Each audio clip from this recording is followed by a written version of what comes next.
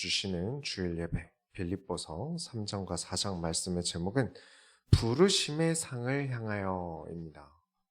누군가에게는 성경이 참 어려워요. 그렇죠? 익숙하지도 않고 또 어떤 사람에겐 지루할 수도 있고요. 근데 중요한 것은 계속 듣다 보면 언젠가 어느샌가 성경을 이해하고 있고 삶이 어떻게 달라지는지 알 수 있을 거예요. 특히나 오늘 우리가 마무리하는 이 빌립보서의 말씀은 왜 크리스천들은 세상에서 얻을 수 있는 행복이나 기쁨을 굳이 하나님을 통해 얻으려고 하는지. 그렇죠. 세상에서 줄 수 있는 행복도 있어요. 그런데 왜 하나님을 통해 얻으려고 하는지 이런 차별점을 이해시키고 있는 성경이에요. 오늘 이 빌립보서 말씀이 여러분 인생의 전환점이 되길 예수 이름으로 축원합니다. 서론으로 들어갑니다. 나의 자랑. 3장 1절 보시면 끝으로 나의 형제들아 주 안에서 기뻐하라. 너희에게 같은 말을 쓰는 것이 내게는 수고로움이 없고 너희에게는 안전하니라. 주 안에서 기뻐하라. 몇 번이고 강조해도 아쉽지 않다. 그렇죠? 우리 빌립보서에 계속 나와요. 주 안에서 기뻐하라.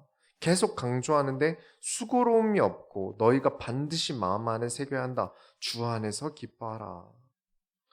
우리가 빌립보서 1장, 2장 지나오면서 나눈 이야기가 무엇이죠? 기쁨입니다. 인생은 고난이 있어요. 우리 인생은 고난이 있어요. 하나님 자녀가 되면, 교회 다니면 고난이 없다? 어려움이 없다? 그건 완전 잘못 배운 겁니다. 그런데 주의 일을 하는 사람과 주의 일을 하지 않는 사람의 차이는 고난과 상관없는 행복을 가지고 있을 수 있다는 것입니다. 무슨 말이냐? 세상이 주는 행복은 고난이 잡아먹어요. 뺏깁니다. 충분히 잡아먹을 만한 강력한 고난은 우리로 하여금 기쁜 일, 행복한 일들을 잡아먹습니다. 그러나 하나님과 동행하며 생기는 행복은 내가 붙들고만 있다면 고난이 잡아먹을 수 없는, 뺏어갈 수 없는, 감옥에 가고 순교를 하고 온갖 어려움에 있어도 뺏기지 않는 행복입니다. 그렇다면 내가 이 하나님으로 인한 삶을 포기한다면 뺏긴다는 것인데 우리가 어떤 수순으로 이 행복을 뺏기게 될까요? 2절에 있습니다. 2절 보시면 개들을 삼가고 행악하는 자들을 삼가고 몸을 상해하는 일을 삼가라. 이 예수님도 개를 안 좋게 얘기하시고 여기서도 개 이야기가 나오는데 성경에서 왜 그렇게 개를 못 잡아먹어서 한다니까요? 이걸 이해하셔야 됩니다. 지금처럼 소형 개들은 대부분 어떻게 만들어진지 아시죠? 온순하고 또 소형으로 개량해서 개량을 거듭해서 만들어진 거예요. 그 말은 지금 이 성경 당시 개들은 품종화시키고 성격을 바꾸기 이전이라는 겁니다. 개를 키우고 주인의 친구로 개가 있었던 것은 맞지만 지금처럼 훈련을 시키는 매뉴얼이 있었던 게 아니에요. 그러다 보니까 지나가다 무고한 사람에게 짖거나 물려고 하면서 위협이 되기도 했다는 거예요. 지금 우리가 아는 그런 작은 강아지를 절대 생각하시면 안 됩니다. 개량되기 전이니까 대부분이 대형견이에요. 크기는 크고 근데 교육이 덜 된 상황이고 지금처럼 하네스나 개목줄 같은 게 잘 만들어졌던 때도 아니죠. 여러모로 개들에게도 열악한 환경이었어요. 개들도 스트레스가 많았겠죠. 그래서 성경에서 개에 대한 나쁜 표현은 성격이 거칠다. 아무 잘못도 하지 않은 사람에게 지저댄다. 교육을 못 받았다. 그런 것처럼 우리 주변에 아무나 보면 시비 걸고 덩치가 크고 아무 말이나 하고 위협하고 어떤 질이 나쁜 인간을 비하할 때 사용했던 말이라고 해요. 쉽게 말해서 아주 질이 나쁜 사람을 개 같다라고 표현을 했다는 거죠. 지금 개들 얼마나 영리하고 온순합니까? 결국 훈련을 못 시켰다는 문제인데 잘 생각해 보세요. 인간도 똑같아요. 사람이 사람다운 품위를 배우지 못한 사람들이 있어요. 그런데 이 품위라는 걸 지금 누가 가르치죠? 학교에서 배웁니까? 대학교에서 배우나요? 품위가 돈을 벌어다 주는 것도 아니다 보니까 더더욱 품위를 버리죠. 세상에서 교회 이미지가 워낙 밑바닥이다 보니까 너무나 안타까운데 바울은 매 서신서마다 우리 계속 확인하고 있죠. 품위와 질서, 품격, 지혜를 말합니다. 성경이 주는 행복을 진짜로 배우고 싶다면 내 인생이 진짜 하나님으로 행복하고 싶다면 일단 인간다운 품격은 있어야 된다는 거예요. 그래서 개를 삼가라. 예의와 질서, 품위를 배우지 못하고 함부로 행동하는 사람들, 행악하는 사람들, 자기 몸을 해치는 사람들을 좀 멀리할 필요가 있다는 거예요. 왜냐? 보고 배우지 말라는 거죠. 그런데 지금 바울이 말하는 이 사람들은 사실 어떤 사람들을 저격하는 말이기도 합니다. 3절에 보면 하나님의 성령으로 봉사하며 그리스도 예수로 자랑하고 육체를 신뢰하지 아니하는 우리가 곧 할례판이라. 이 이야기가 왜 나오냐면 예전에 바울을 힘들게 했던 사람들 중에 어떤 사람이 있었다고 했죠? 그리스도를 믿는데 유대교 전통을 따라야 한다는 할례파들이 있었어요. 이들이 얼마나 예의와 질서, 품위가 없이 지저대기만 했냐면 할례 안 받으면 구원 못 받은 거다. 유대인 시민권을 따지지 않으면 니네는 구원 못 받은 거다. 이에 대해서 아무리 신학적으로 성경적으로 논리를 가지고 그리스도의 가르침을 이야기를 해도 모르겠고 무조건 유대인 전통 따라라. 이렇게 아주 행악한 방법을 쓰고 악을 쓰고 그리스도의 구원 자체가 될 수 없는 할례를 주장하면서 몸을 상해하라고 강요합니다. 4절에 그러나 나도 육체를 신뢰할 만한 하며 만일 누구든지 다른 이가 육체를 신뢰할 것이 있을 줄로 생각하면 나는 더욱 그러하리니. 그래요. 사람들이 원합니다. 구원받았다는 증거를 가지고 싶습니다. 내가 구원받았는지 확실한 증거를 알고 싶어요. 이런 이야기를 많이 하세요. 그래요. 구원받았다는 어떤 증표를 몸에 새기면 확실하다고 보는 거죠. 일종의 증명서가 있으면 믿음직하지 않겠습니까? 나를 수술할 의사가 기왕이면 의사 면허를 진료실에 걸어두는 게 믿음직하지 않겠습니까? 기왕이면 내가 가려는 식당이 미슐랭이 걸려 있으면 내가 돈 내고 음식을 사 먹는 데 있어서 기대치가 생기지 않겠습니까?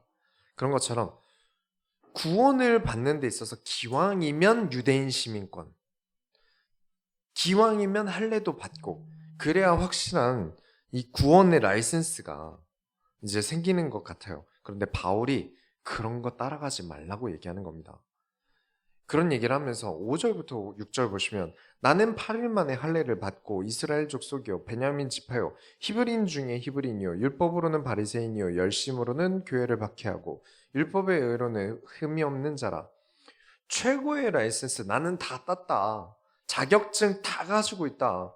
이 바울이라는 사람이 이 라이센스를 얘기하고 자랑하지 않습니다. 7절부터 보시면 9절까지 그러나 무엇이든지 내게 유익하던 것을 내가 그리스도를 위하여 다 해로 여길 뿐더러 또한 모든 것을 해로 여김은 내 주 그리스도 예수를 아는 지식이 가장 고상하기 때문이라.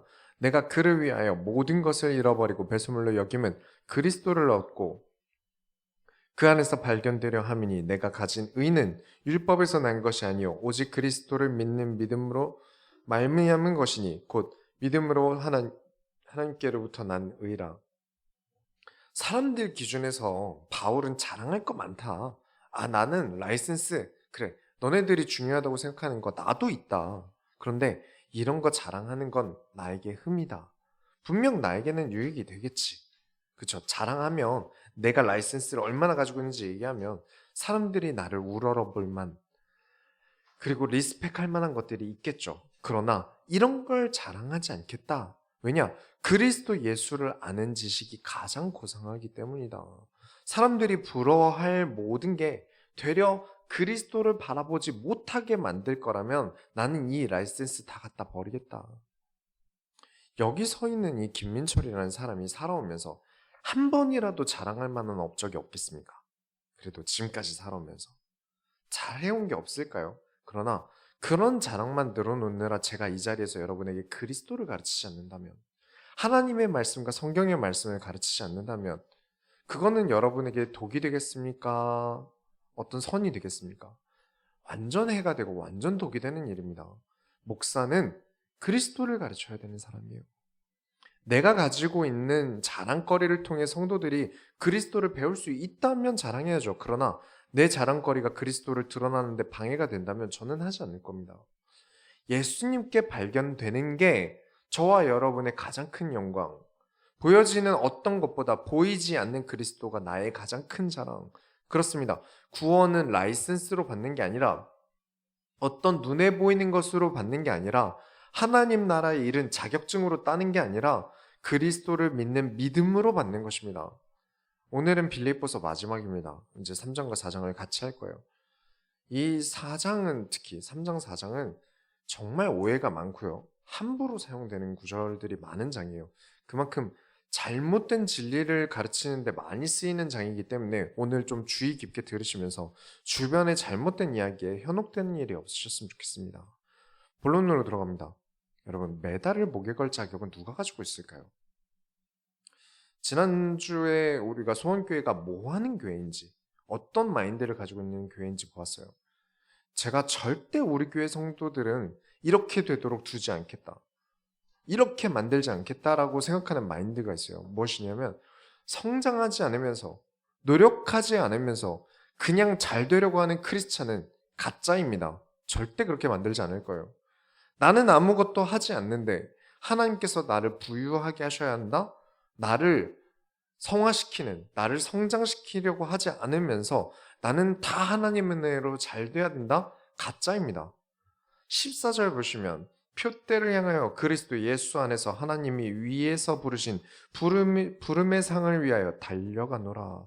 우리는 부름의 상을 어떻게 얻으려고 할까요? 많은 사람들이 그냥 입만 벌리고 주세요. 나는 하나님 자녀니까, 하나님은 나의 부모님이시니까 그냥 저에게 다 주세요. 사도들은 그렇게 가르친 적이 단 한 번도 없습니다. 나는 그 부르심을 상을 위하여 달려가노라. 대회를 나가는 사람은 다른 이유도 많겠지만 결국 상을 타기 위해 나가는 거죠. 경험도 하고 많은 사람도 만나고 스스로에게 도전하고 등등 많은 이유가 있지만 최종적인 가장 중요한 목적을 가지고 있는 것은 메달을 목에 걸고 싶기 때문이에요. 그게 최종 목적이지 않겠습니까? 그렇기 위해 노력을 합니다. 얼마나 많이 노력하겠습니까? 운동을 더 열심히 하고 땀을 흘리고 체중을 감량하고 먹고 싶은 거 안 먹고 온갖 힘든 것을 견딥니다. 우리는 그리스도께서 부르신 부름의 상을 위해 달리는 존재입니다. 더 나아가고 더 성장해서 그 상을 얻기 위해 나갑니다. 그런데 아무것도 안 한다? 그런데 상은 받고 싶다? 그러면 그 상은 무슨 가치가 있을까요? 이런 사람들이 부천역 앞에 가면 많습니다. 노숙자 마인드죠. 어떤 노숙자분이 이렇게 빵을 배급 받으시더니 이런 맛없는 빵 말고 파리바게뜨 빵 달라고 했대요. 어떤 노숙자분이 도시락을 받고는 딱 한 입 먹은 다음에 중국살이네요. 전 이천살 아니면 안 먹어요. 이랬다고 했대요. 나는 노숙자지만 받는 것은 남들이 받는 것, 먹는 것은 남들이 먹는 것 똑같이 받아야 한다고 정당하게 믿어요. 나는 주를 위하여 아무 노력도 안 하지만 하나님께서 나에게 돈을 주셔야 한다. 하나님은 나의 아버지시니까 나를 부유하게 하셔야 한다. 나는 하나님 나라의 일을 하는 게 한 개도 없지만 나는 하나님 자녀니까 하나님께서 나에게 복에 복을 더해서 다른 사람과 똑같이 받아야 한다. 나는 크리스천으로서 아무 책임도 가지고 있지 않지만 내게 성령이 임했기 때문에 하나님께서는 내가 원하는 것을 다 들어주셔야 한다. 제가 볼 때는 노숙자분들 마인드랑 크게 다르지 않아요. 소원교회는 이런 마인드를 반드시 버리도록 말씀드립니다. 우리 소원교회는 모든 결과를 볼 때 하나님께서 하셨습니다는 있어도 하나님께서 해주실 거야 라는 말은 없습니다. 그런데 여러 크리스천들이 좀 반대 의견을 낼 수 있어요. 아니, 하나님은 완벽하신 하나님이신데 내가 노력을 하면 하나님의 인도는 아닌 것 같아요. 하나님께서 응답해 주시는 거로 살아야지 내가 노력하면 도대체 하나님은 뭐 하시는 거죠? 하나님께서 나를 보호하신다고 하셨는데 내가 조심하는 건 믿음이 없는 것 같아요 라고 말하는 사람들이 진짜 있어요. 어떤 분이 한 분 계셨냐면 이게 진짜 이렇게 얘기하시면서 운전할 때마다 온갖 칼치기를 하시고 과속을 해서 운전하시는 분이 있어서 주변 분들이 그렇게 운전하시면 위험해요 하니까 하나님께서 다 지켜주십니다. 진짜 이렇게 말하는 분을 봤어요, 제가. 근데 신기하게도 빌립보 교회에도 그런 생각을 할 사람들이 있었나 봐요. 15절에 그러므로 누구든지 우리 온전히 이룬 자들은 이렇게 생각할지니, 그러니까 뭐든지 온전하게 진짜 그리스도를 배운 사람은 이렇게 생각을 할 텐데 만일 어떤 일에 너희가 달리 생각하면 지금 제가 말씀드린 것과 다르게 생각하는 사람이 있을 거라는 거죠. 그래도 하나님이 이것도 너희에게 나타내시리라. 그게 틀렸다는 걸 가르쳐 주실 거라는 거예요. 나는 구원받았어. 예수님께서 다 이루셨다고 했으니까 나는 아무 문제 없어. 이제 예수님께서 나에게 모든 것을 다 해주실 거야. 라고 달리 생각하는 사람들이 있었다는 거예요. 그래서 그래 그렇게 생각한다고 하더라도 하나님께서는 너희에게 올바른 신앙생활이 무엇인지 증명할 것이다. 그들은 그들이고 우리 소원교회는 16절에 오직 우리가 어디까지 이르렀든지 그대로 행할 것이라. 어느 정도 되면 끝났다? 더 성장할 일이 없고 도전할 일이 없다? 그런 거 없습니다. 구약을 보면 기드온이라는 사람이 있어요. 이 사람이 하나님과 긴 시간을 함께 동행하다가 쓰임받은 사람이 아니라 하나님께서 갑자기 부르세요. 그래서 하나님께서 이 기드온이라는 사람을 사용하셔서 어떤 전쟁을 승리하게 하세요. 그런데 이 기드온이라는 사람이 나 이제 할 만큼 했어. 난 하나님의 일을 충분히 다 했어. 라고 여기고 막 나가기 시작해요. 진짜 하나님 앞에 죄를 너무 많이 짓기 시작해요. 그리고 나중에 이 기드온의 자식들이 싹 다 몰살당하는 일까지 생깁니다. 그리스도의 일은 죽음 이후까지. 그렇죠? 상 하나 땄다, 메달 하나 땄다, 거기서 끝나는 거 아닙니다. 끝까지 계속 부르심의 상을 향하여 달려가는 겁니다. 수많은 믿음의 영웅들이 어느 시점까지 쓰임받았습니까? 아니죠. 이미 2000년 전에 죽은 바울의 삶은 지금 2023년까지 쓰임받고 있습니다. 저와 여러분의 믿음을 위해 달려가면 이 땅의 끝까지 목표를 가지고 달리는 것입니다. 그렇기 위해서 여러분 두 번째로 거짓에 속으시면 안 됩니다. 17절에 형제들아 너희는 함께 나를 본받으라. 그리고 너희가 우리를 본받은 것처럼 그와 같이 행하는 자들을 눈여겨보라. 내가 잘났다고 바울이 나 잘났으니까 본받아라. 나는 자랑거리가 많으니까 나를 본받아라. 그런 게 아니죠. 그리스도 때문에 끊임없이 도전하고 달리는 이것을 본받으라는 겁니다. 바울 같은 경우는 로마의 왕 앞에 가는 것을 목표로 달리고 있던 중이었어요. 이 서신서를 쓸 때요. 계속 크리스찬들이 핍박을 너무 많이 받으니까 로마 황제에게 내가 직접 가서 우리는 억울하다, 우리는 아무 잘못이 없다, 핍박을 멈춰달라 라고 바울이 항소하러 갔는데 군인들에게 잡혀버렸어요. 그래서 감옥에서도 계속 황제에게 이제 항소하던 중이었어요. 바울은 로마 황제에게 그리스도를 알리고 그리스도로 살아간다는 게 무엇인지 이야기하려 가는 것을 목표로 살아갔습니다. 18절부터 19절 보시면 내가 여러 번 너희에게 말하였거니와 이제도 눈물을 흘리며 말하노니 여러 사람들이 그리스도의 십자가의 원수로 행하느니라. 그들의 마침은 멸망이요 그들의 신은 배요 그 영광은 그들의 부끄러움에 있고 땅의 일을 생각하는 자라. 이 이야기를 구원 못 받은 사람 불신자 얘기로 자꾸 얘기를 하시더라고요. 아닙니다. 이 빌립보서는 하나님 자녀들에게 한 이야기입니다. 어느 불신자 이야기가 아니라 빌립보서 3장 4장 다 불신자에게 하는 얘기가 아니라 교회를 다니는데도 지금 이 구절은 교회를 다니는데도 그리스도를 믿는데도 십자가의 원수가 되는 행동을 한다는 거예요. 제가 늘 말씀드리지만 어떤 사람들이 저는 더 낫다고 생각하냐면 내가 죄를 짓고 내가 성경과 반대되는 행동을 하면서 다 하나님의 역사야. 다 하나님의 절대 주권이야. 하나님께서 해주시는 거야. 라면서 합리화하는 게 제일 나빠요. 차라리 저는 아직 믿음이 부족해요. 아직 잘 몰라서 아직 잘 못 고치겠어요. 이렇게 말하는 사람 믿음이 100번 낫습니다. 관심이 땅에 있으면서 하늘의 일이라고 말하는 사람들 정말 나쁜 사람들입니다. 가장 쉽게 말하면 가장 대표적인 예를 말하자면 사이비들 보세요. 땅에서 할 수 있는 쾌락, 성착취, 학대, 갈취 하고 차는 외제차 세 대씩 타고 다니면서 말로는 무슨 말합니까? 하늘의 말을 해요. 이게 잘못된 겁니다. 하늘의 일이라면서 말을 해요.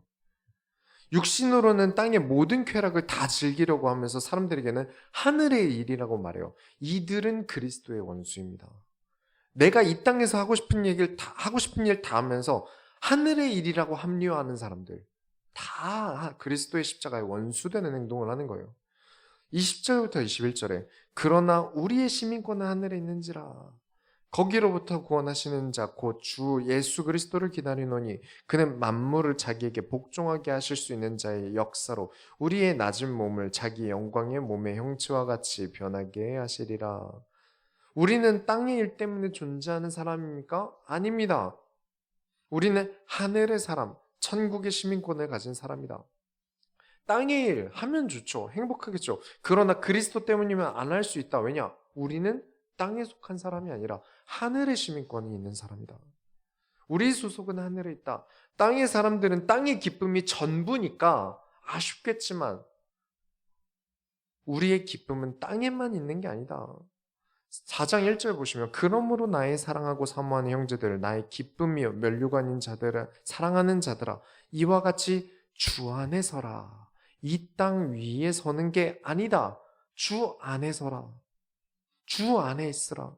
그리스도 안에 있다면 스위스에 있어도 우리와 함께하는 사람, 일본에 있어도 그리스도 안에 있다면 우리와 함께하는 사람이다. 왜냐? 우리는 다 주 안에 있으니까. 우리는 항해를 합니다. 저는요, 성도의 타입에 따라서 설교하지 않습니다. 이 소원교회라는 배는 부르심의 상을 향해 항해합니다. 그래서 이 항해길이 누군가의 취향에 맞지 않고 누군가에게는 취향에 맞고 누군가에게는 어렵고 누군가에게는 쉬울 수 있어요. 그래서 들어오는 것과 나가는 것을 막지 않는 겁니다. 그러나 이 배는 항상 주의 영광을 위해 나아갑니다. 그렇게 하는 목적이 있죠. 2절부터 3절 보시면 내가 유오디아를 권하고 순두개를 권하노니 주 안에서 같은 마음을 품으라. 또 참으로 나와 멍에를 같이 한 내게 구하노니 복음에 나와 함께 힘쓰던 저 여인들을 돕고 또한 글레멘드와 그 외에 나의 동역자를 도우라. 그 이름들이 생명책에 있느니라. 여러분은 죽어서 아무것도 들고 갈 수 없습니다. 이 땅의 것은 아무것도 들고 갈 수 없어요. 하지만 예수님께서 한 가지 힌트를 주셨고 성경에 많이 있습니다. 너희 보물을 하늘에 쌓아두라. 마태복음 6장에 있습니다. 여러분이 유일하게 들고 갈 수 있는 게 단 하나 있어요. 여러분이 이 땅에서 살아간 삶이 생명책에 기록됩니다. 이 생명책에 대한 내용은 정말 많이 있어요. 내가 하나님 나라의 일을 한 내용들, 내가 이 땅에서 살아간 내용들이 생명책에 기록됩니다. 기독교 내에 가짜 지도자, 가짜 교사들이 세상에 많습니다. 자기들도 뻔뻔하게 굴고 있지만 알고 있을 거예요. 이후 생명책에 그들이 죽고 난 뒤 예수님이 심판대에서 열람될 때 뭐라고 기록되어 있겠습니까? 이 소원교회는 어떻게 기록되어 있을까요?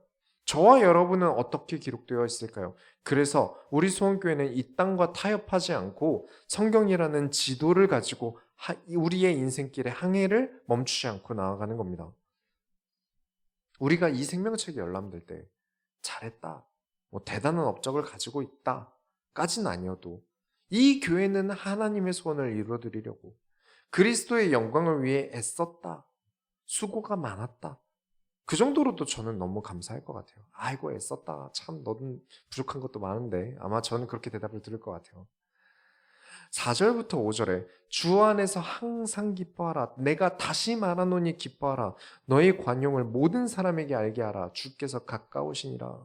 여기 관용하라 라는 말은 에피에이케스라고 이제 온갖 좋은 뜻을 다 가지고 있어요. 절제, 관대함, 온유함 등등 좋은 건 다 가지고 있는 단어예요. 모든 사람을 알게 하라.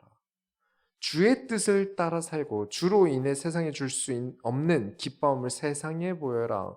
이 주 안에 있다 보니까 생긴 이 모든 좋은 것을 사람들에게 알게 해라. 생명체의 주권자께서 나를, 지금 여러분을 보고 계신다. 가까이 계신다는 말이 무엇이겠습니까? 이미 보고 계신다. 이런 빌립보서 1장까지부터 4장까지의 내용을 알아들은 사람만이 이해할 수 있는 구절이 6절부터 7절입니다. 아무것도 염려하지 말고 다만 모든 일에 기도와 간구로 너희 구할 것을 감사함으로 하나님께 아뢰라. 그리하면 모든 지각에 뛰어난 하나님의 평강이 그리스도 예수 안에서 너희 마음과 생각을 지키시리라. 정말 많은 크리스찬들이 잘못 깨닫는 구절, 가장 듣기 좋고 읽기 좋은 구절이나 가장 잘못 살아가게 만드는 구절이 6절부터 7절입니다. 염려하는 것, 고민하는 것, 생각하는 것, 걱정하는 게 전부 잘못되었다고 가르치는 것. 기도만 해야 된다. 아무것도 계산하지 말고 기도로 풀어내라. 절대 빌립보 내용은 그렇게 해석할 내용이 아닙니다.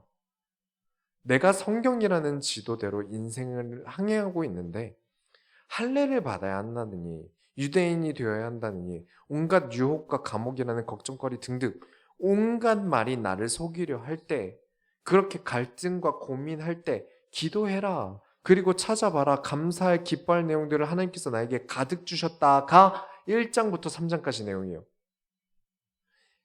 이 염려하지 않을 때 주신다는 게 부가 아닙니다. 돈이 절대 아니에요. 그런데 항상 우리의 걱정은 무엇이죠? 사실 진짜 우리 걱정은 뭡니까? 돈이잖아요. 그래서 염려하지 않고 기도만 하면 하나님께서 채워주실 거야.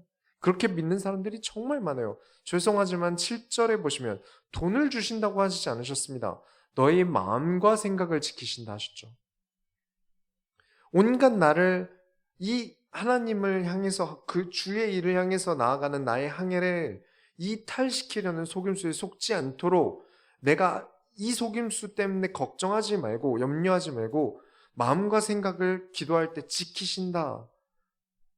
이 말을 아무것도 안 하는 게 염려하지 않고 그냥 무지성으로 살아가는 게 크리스찬이다 라고 가르치신 게 아니라는 거예요. 그래서 빌립보서 1장에도 속지 마라. 그렇기 위해 지식과 총명 곧 지혜를 더하시리라. 우리가 속임수에 염려하지 않으려면 어떻게 해야겠습니까? 안 속으려면 어떻게 해야 될까요?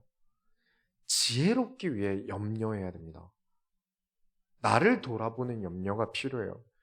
고민을 하고 생각을 하고 계산을 하며 지혜의 레벨을 올려야 될 일이에요. 이 과정이 사람들 눈에는 염려처럼, 고민처럼, 걱정처럼, 불신앙처럼 보일 수 있는데 그래야만 우리를 속이는 많은 것들로 인해 염려하지 않을 수 있어요. 마치 20kg 덤벨을 드는 사람에게 5kg은 가볍겠죠. 그러나 이 사람도 5kg이 무겁던 적이 분명히 있을 거란 말입니다. 세상에 속지 않는 지혜의 성장, 말에 속아 염려하지 않기 위한 지혜로워지는 고민을 하셔야 됩니다. 세 번째로, 나의 최선과 하나님의 역사. 8절에 보시면 4장 8절에 보시면 끝으로 형제들아 무엇에든지 참되며 무엇에든지 경건하며 무엇에든지 옳으며 무엇에든지 정결하며 무엇에든지 사랑받을 만하며 무엇에든지 칭찬받을 만하며 무슨 덕이 있든지 무슨 기림이 있든지 이것들을 생각하라. 이런 생각을 하는 모습이 막 밝고 즐거운 게 절대 아닙니다.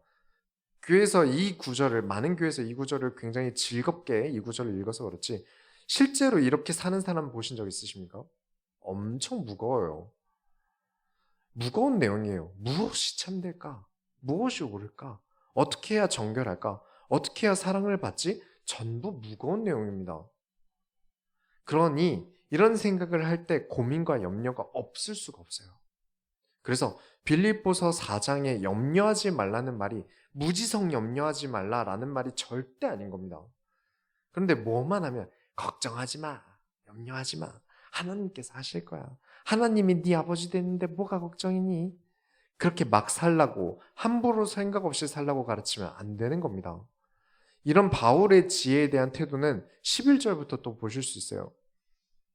내가 궁핍함으로 말하는 것이 아니니라 어떠한 형편에든지 나는 자족하기를 배웠노니. 자족하기를 배웠다. 하나님 저는 힘든데 왜 안 도와주세요? 하나님 제가 굶잖아요. 먹을 것 돈 왜 안 주세요? 생때 쓰는 무지성이 아니라 그런 어떠한 상황에서도 자족하기를 배웠다.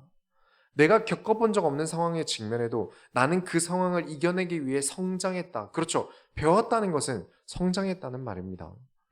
12절부터 13절에 나는 비천에 처할 줄도 알고 풍부에 처할 줄도 알아. 모든 일 곧 배부름과 배고픔과 풍부와 궁핍에도 처할 줄 아는 일체의 비결을 배웠노라. 내게 능력 주시는 자 안에서 내가 모든 것을 할 수 있느니라. 하나님께서 내게 능력을 주시니까 내가 내 능력으로 하면 안 되고 하나님의 능력으로 해야 한다? 시험을 보는데 내 능력이 아니라 하나님의 능력으로 해야 된다? 대회를 나가는데 나는 노력 안 해도 하나님의 능력으로 되어진다? 그렇게 잘못 배운 크리스찬들이 정말 세고 셌습니다. 다시금 예로 들게요. 우리가 교회를 이전을 했어요. 우리가 이 교회로 이전을 했어요. 저는 이 교회 이전을 위해서 최선을 다했습니다. 잠도 안 자고 정말 최선을 다했어요. 열심히 일했고 교회 장비랑 페인트 칠이랑 이것저것 정말 최선을 다했어요. 손가락에 방에서 수시가 오고 잠을 너무 못 자서 정신 못 차리다가 잔부상도 많이 당했어요. 정말 많이 교회를 옮기기 위해 공부했고 정말 많이 노력했습니다. 부동산 관련돼서 책도 한 8권 읽은 것 같아요. 아무래도 이 교회를 운영하는데 제가 주역이다 보니까 저보다 노력한 사람은 없을 거예요. 그런데 저는 압니다. 제 능력으로 이 교회를 이전한 게 아니에요. 이전 시기에 우리 교회 재정은 600만 원이 전부였습니다. 그런데 전혀 우리 교회 성도도 아닌 분들도 어떻게 하셨는지 후원금을 보내주시고 성도님들이 자발적으로 나와서 쉬는 날에도 일해주셨어요. 얼마나 은혜입니까? 헌금도 하시고 진짜 말도 안 되는 기적들의 연속으로 우리가 여기로 이전했어요. 누가 했습니까? 이 교회 이전을 누가 했다고 말할 수 있겠습니까? 내 노력만으로 됐다라고 말할 수 있는 사람이 여기 한 명이라도 있습니까? 하나님께서 하셨습니다. 그렇게밖에 말할 수 없어요. 그런데 마치 내가 한 것 마냥 하나님의 능력을, 하나님의 역사를 가리는 단어가 있어요. 내가 이렇게 기도했는데 하나님께서 이렇게 해주셨다. 내가 이렇게 기도했는데 하나님께서 재정을 채워주셨다. 내가 이렇게 설교했는데 하나님께서 어떻게 성도들의 마음을 움직여주셨다. 내가 이렇게 말했는데 성도들이 헌신했다. 그렇게 말하는 사람들이 많아요. 아니죠. 제가 한 게 뭐가 있습니까? 그렇다고 아예 시도도 안 하고 최선도 다하지 않는다면 그때는 아예 제로일 거예요. 아무것도 없는 겁니다. 저는 정말 최선을 다했지만 결국 제 최선은 하나님의 역사에 비해 너무 초라하고 작습니다. 그때 나오는 말이 하나님께서 하셨습니다. 라는 거예요. 어딜 아무것도 안 하면서 하나님께서 하실 거라는 말이 나옵니까? 나는 배우고 배웁니다. 바울도 그랬듯이 배우고 배웁니다. 그리고 그 배움 속에서 행하는 도전이 하나님 나라의 일이라면 하나님께서 능력을 주시며 모든 것을 할 수 있다. 결론을 내리겠습니다. 인생에 기쁨이 없는 이유는요, 성장하지 않아서입니다. 결국 기쁨이 없는 이유가 뭘까요? 성장하지 않아서가 저는 제일 크다고 봅니다. 내가 바뀐 게 없고 내가 달라진 게 없어서가 제일 큽니다. 하나님께서 나에게 주신 수많은 기뻐할 거리들을 보지 못하는 어두운 내 눈이 문제고 나의 삶을 바꾸려고 더욱 고민하지 않아서가 제일 큰 문제입니다. 나는 하나님께 아무것도 하지 않으면서 왜 하나님께서 나를 안 도와주시죠? 라고 물어봐요. 하나님 나라의 일에는 관심이 없고 교회 연합에는 아무런 도움이 될 생각이 없으면서 왜 교회에서 나를 인정해 주지 않느냐는 상담이 외부에서 되게 많이 들어와요. 옷을 아무렇게나 입고 말이 너무 비호감적 사람이 연애를 하고 싶은데 왜 사람들이 저에게 관심을 가져다 주지 않죠? 라고 물어봐요. 전부 내 문제가 아니라고 여기고 있는 거예요. 나는 멀쩡한데, 나는 아무 문제 없는데 주변 사람들이 문제다. 하나님이 문제다 라고 말하는 거죠. 아닙니다. 내가 성장하지 않아서, 내가 더 나은 사람이 되려고 하지 않아서, 내가 더 나은 크리스찬이 되지 않아서입니다. 제가 작년 맞을 거예요. 작년에 주짓수 대회를 나갔는데 첫 라운드에서 졌어요. 실력도 실력인데 제가 룰 공부를 제대로 안 하고 갔어요. 그냥 제가 가드 묶어놓고 3분 버티면 이기는 건데 제가 질까 봐 그 가드를 풀었거든요. 이건 완전 제 탓이고 제 잘못입니다. 경기나 룰이나 규칙을 관장님께서 다 알려주셨어요. 근데 제가 다 못 외우고 숙지를 못하고 간 거예요. 그러니까 무조건 패배는 제 탓인 거죠. 많은 사람들이 인생이라는 경기에서 나는 아무 노력도 안 해놓고 제대로 배우지 않아놓고 인생이라는 경기에서 예수라는 관장님이 제대로 안 가르쳐줘서라고 핑계대고 왜 룰을 안 가르쳐줬냐고 핑계대고 온갖 모든 핑계를 하나님께 대면서 나는 아무 잘못이 없고 하나님은 왜 나를 안 도와주시냐고 따지는 게 말이 됩니까? 그 경기는 내 경기인데요. 우리는 이런 것들을 무지하다, 무식하다라고 합니다. 아무 생각도 하지 않으니 무식한 게 맞죠. 그래서 가장 큰 지혜는 하나님을 아는 지혜다. 하나님을 배우고 하나님께서 가르치시는 것을 따르는 지혜입니다. 그래서 남 탓만 하고 아무것도 바뀌는 게 없는데 기쁨이 어디 있고 행복이 어디 있겠습니까? 세상이 줄 수 없는 기쁨, 돈 주고도 배울 수 없는 이 하나님과 동행하는 행복은 무조건 내가 경기를 뛰는 자로서 뛰고 배워야만, 내가 도전해야만 알 수 있는 거예요. 누가 대신해 줄 수 있는 게 아닙니다. 경기하는데 선수가 직접 뛰는 거지 누가 대신 뛰어줄 수 있겠습니까? 나 대신 몰래 남이 경기를 대리로 뛰어준다 한들 내가 뛴 경기가 아닌데 시상식에 내 목에 메달 거는 게 나에게 기쁘고 자랑스럽고 그렇게 되겠습니까? 결국 나의 최선 그리고 하나님께서 역사하심 이 두 가지가 있어야 행복합니다. 둘 중 한 가지도 빠져서는 안 돼요. 그렇게 나는 부르심을 향해 달려야 합니다. 부르심의 상을 향해 달리는 최선이 있어야 돼요. 더욱 성장하고 나아가면서 하나님께서 주시는 기쁨, 하나님 나라의 일을 하는 기쁨, 하나님과 동행하며 하나님께서 내 인생에 관여하시는 기쁨을 볼 수 있는 눈을 기르는 한 주간이 되시길 바랍니다. 우리가 하나님의 소원을 이뤄드립시다. 하나님